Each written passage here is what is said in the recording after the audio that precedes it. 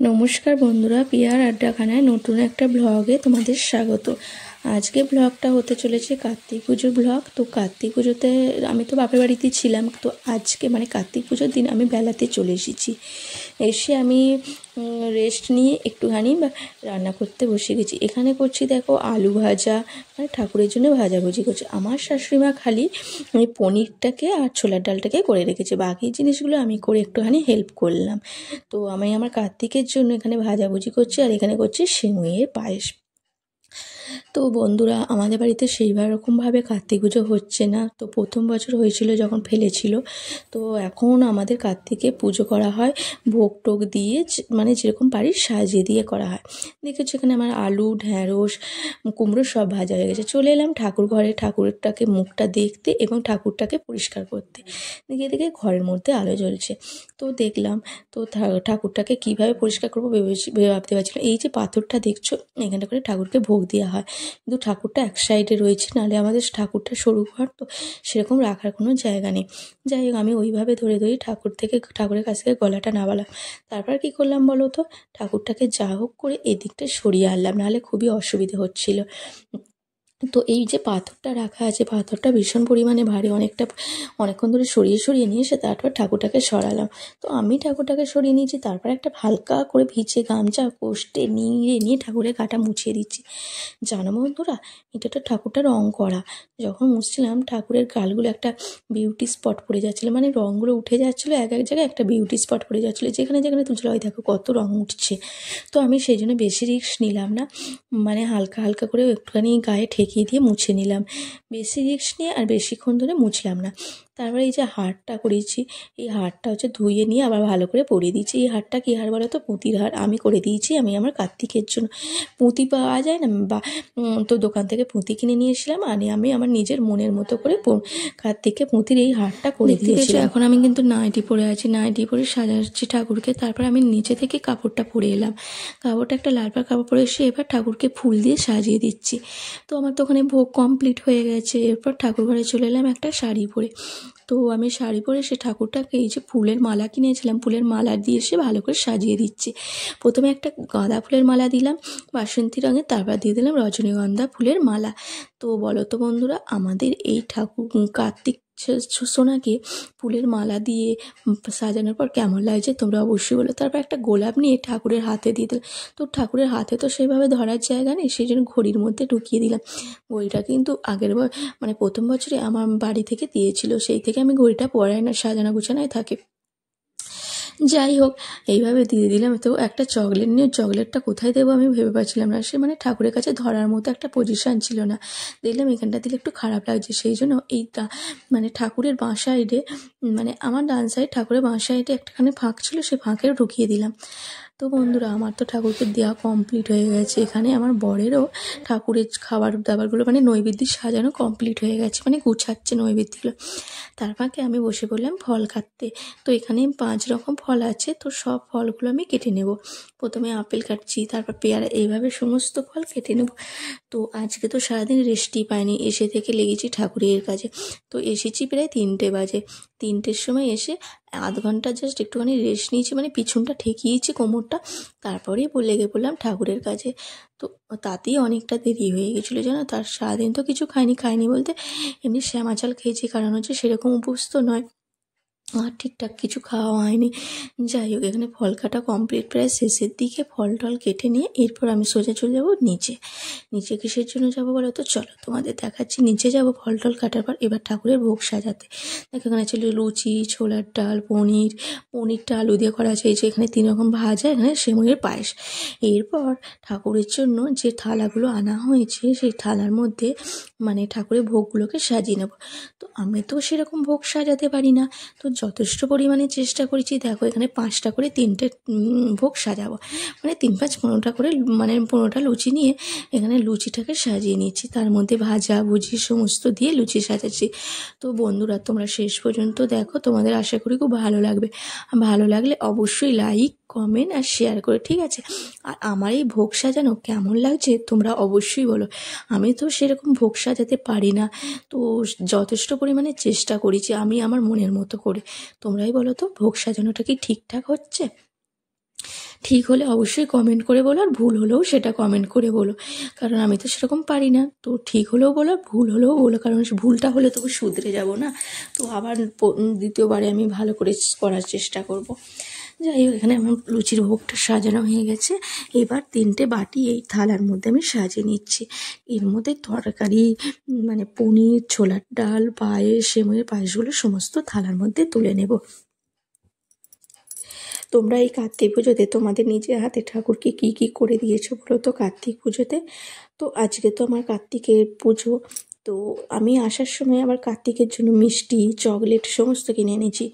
তো আমি তো এখানে আমার ঘরের কার্তিকেরও পুজো করব, আর তার সাথে সাথে আমি আমার কার্তিকেরও পুজো দেব। আমার কার্তিকের কে বলতে সেটাও আমি বলে দিচ্ছি পরে। চলো, এই যে আমি ভোগ টোগ নিয়ে সোজা উপরে যাচ্ছি। দেখতে পাচ্ছ আমি হাঁটতে পারছি না, এমনিতেই শাড়ি পরি না, শাড়ি পরতে ভালোবাসি না, এই পায়ে জড়িয়ে যায় বলে। তার উপর ভোগগুলো নিয়ে যখন সিঁড়িতে উঠছি পায়ের মধ্যে জড়িয়ে যাচ্ছে, এই জন্য পাটাকে ওরম করে করে হাঁটছি।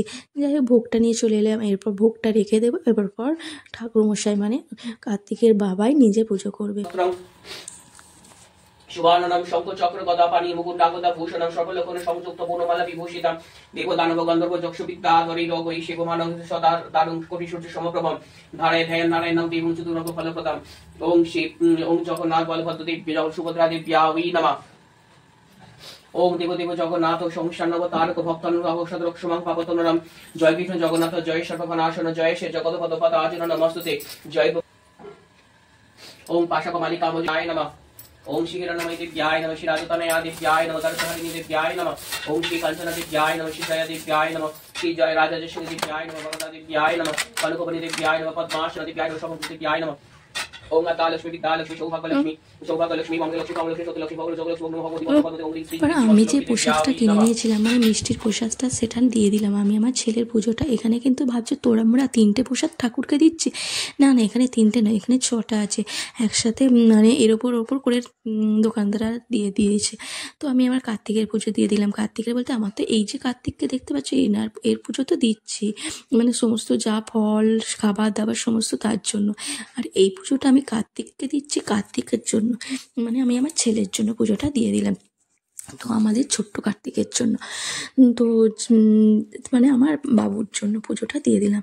তো আমাদের ঠাকুরমশাই মানে আমার বর তো পুজো করছে। তোমরাই বলো তো আমার বর কেমন পুজো করছে তার ছেলের পুজোটা, তোমরাই বলো। তোমাদের দাদা ভাইয়ের পুজো ভালো লাগলে অবশ্যই লাইক করে জানিও, আর কমেন্ট করতে ভুলো না, ঠিক আছে? তো তোমরা পুরো ভিডিওটা দেখতে থাকো। যখন প্রথম বছরে কার্তিকের পুজো হয়েছিল তখন মানে বাউন ঠাকুর বাইরের বাউন পুজো করেছিল। তো এবারে পুজো করছে মানে যত বছর আছে কার্তিকটা, এটা নিয়ে 3 ইয়ার হবে।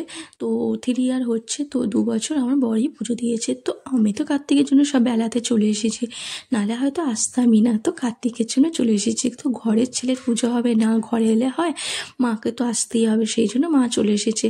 তো দেখো আমার বর তো পুজো করছে। বন্ধুরা তোমরাই বলো তো আমার বরের পুজো তোমাদের কেমন লাগছে?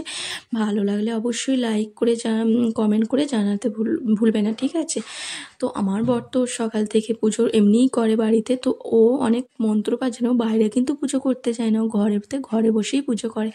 এরপর এখানে পুজো হয়ে গেলে ঠাকুরমশাই আরতিতে বসবে, আরতি করবে। তো তোমাদের পুরো আরতিটা তো আমি অবশ্যই দেখাবো, তোমাদের আশা করি খুব ভালো লাগবে, অনেকটা পরিমাণেরই ভালো লাগবে আশা করছি। তো কথা দিতে পারছি না, তো যে যেরকম মাইন্ডে নেবে, কারোর হয়তো ইচ্ছা করবে ভালো লাগবে, আবার কারোর হয়তো ইচ্ছা করলে ভালো নাও লাগতে পারে, তাই না? চলো, আমি আমার কার্তিকের পুজো হচ্ছে আর আমরা এখানে সবাই মিলে বসে আছি। তো আমার মাকে, ভাইকে, আমার বাবুকে সবাইকে ভিডিও কল একটুখানি করে দেখিয়েও দিয়েছি আমার কার্তিকের পুজো হচ্ছে, তো সেই জন্য দেখিয়ে দিয়েছি। তো কার্তিকে যখন বড় করে সব পুজো হবে, মানে বুঝতেই পারছো, যখন উদযাপন করে বড় করে পুজো হবে তখন আমি কিন্তু সবাইকে বলবো, সব বন্ধুদেরকেও বলবো, সবাইকে বলবো, তখন কিন্তু তোমরা চলে এসো, আর এখনই চলে আসতে পারো প্রসাদ খাওয়ার জন্য।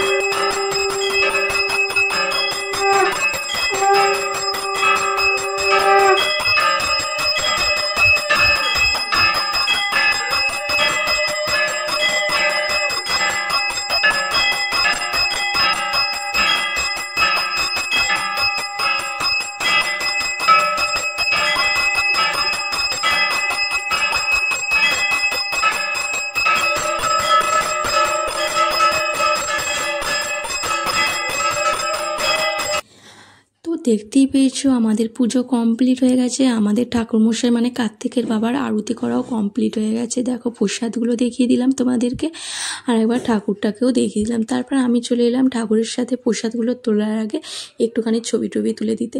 তো ঠাকুরের সাথে ছবি না তুললে হয় একটুখানি হয়।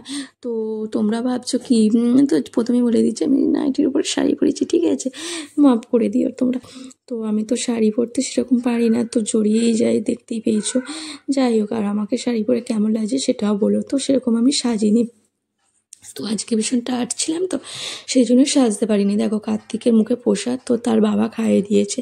তো কার্তিকের সাথে আমি একটুখানি ছবি তুলে ফেললাম। তো কার্তিককে আমাদের কেমন লাগছে অবশ্যই বলো, আমাদের ঘরের কার্তিককে তোমাদের কেমন লেগেছে অবশ্যই বলো। ভালো লাগলে অবশ্যই জানিয়ে। দেখো প্রসাদগুলো আমার তোলা হয়ে গেছে একটা একটা করে। পুজো তো হলো, পুজোটা করতে যতক্ষণ টাইম লাগে আবার গুছাতেও ঠিক তেমনি টাইম লাগে, তাই না? সমস্ত গুছিয়ে তারপর আমি নিচে নামবো। দেখো প্রসাদ নামালাম, প্রসাদ নামে এবার ঠাকুরঘর মোছা হয়ে গেছে। আর এই বাসনগুলো দেখছো ঠাকুরঘর মুছে এই বাসনগুলো মাজাও হয়ে গেছে। তো মেজে রেখে দিয়ে এবার ঠাকুরঘর থেকে সোজা চলে এলাম নিচে। নিচে নিয়ে বসে পড়েছি। দুটো লুচি আছে, আলুর পনিরের তরকারি আছে, ছোলা ডাল খায় না, একটু ভাজা আছে, আর একটা খালি ফলের মধ্যে আছে। দেখতেই পেয়েছো আমি আর আমার বড়মশাই দুজন মিলে খেতে বসে পড়েছি, মানে কার্তিকের মা বাবা। তো যেহেতু আমরা খাইনি সকাল থেকে, আমি খেয়েছি, তবুও ওটা না খাওয়ার মধ্যেই ধরতে গেলে জাস্ট একটুখানি খেতে হবে, খেয়েছি। আমার বর তো কিছুই খায়নি পুজোটা করবে বলে। যাই হোক, এখানে আমরা দুজন মিলে খেতে বসে পড়েছি। তারপর বাড়ির সবাই খাবে, মানে বাইরে খাচ্ছে, আমরা দুজন এখানে বসে বসে খাচ্ছি। তোমাদের ভিডিওটা ভালো লাগলে অবশ্যই লাইক, কমেন্ট আর শেয়ার করে চ্যানেলটিকে সাবস্ক্রাইব করো। বাই।